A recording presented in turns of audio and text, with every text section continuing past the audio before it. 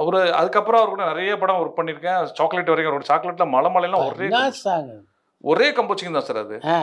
காலையில் 7 மணிக்கு வந்து கம்போசிங் கொடுத்துருக்காரு டைமு. நான் 7 மணிக்கு போய் உட்காந்துட்டேன். 7 மணிக்கு தேவா சார் வந்து ஃப்ரெஷ்ஷாக வந்து உட்காந்து சிச்சுவேஷனை கேட்டுட்டு 6 மணித்துல போட்டதே மலை மலை மலை மருத மலை அப்படின்னாரு. அப்போ டியூன் ஓகே.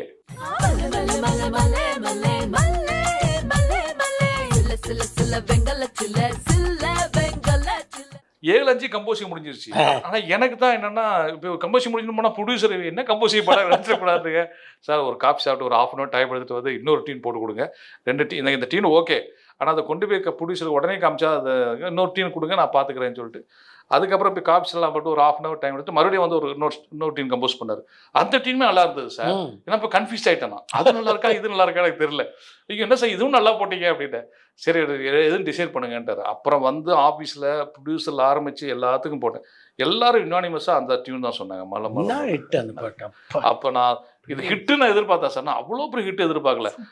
அப்போல்லாம் நான் படம் ரிலீஸ் ஆகி போகும்போது எங்கேயா போனால் இந்த மலை மலை சாங் வந்துச்சுல அந்த டைரக்டர் எப்படி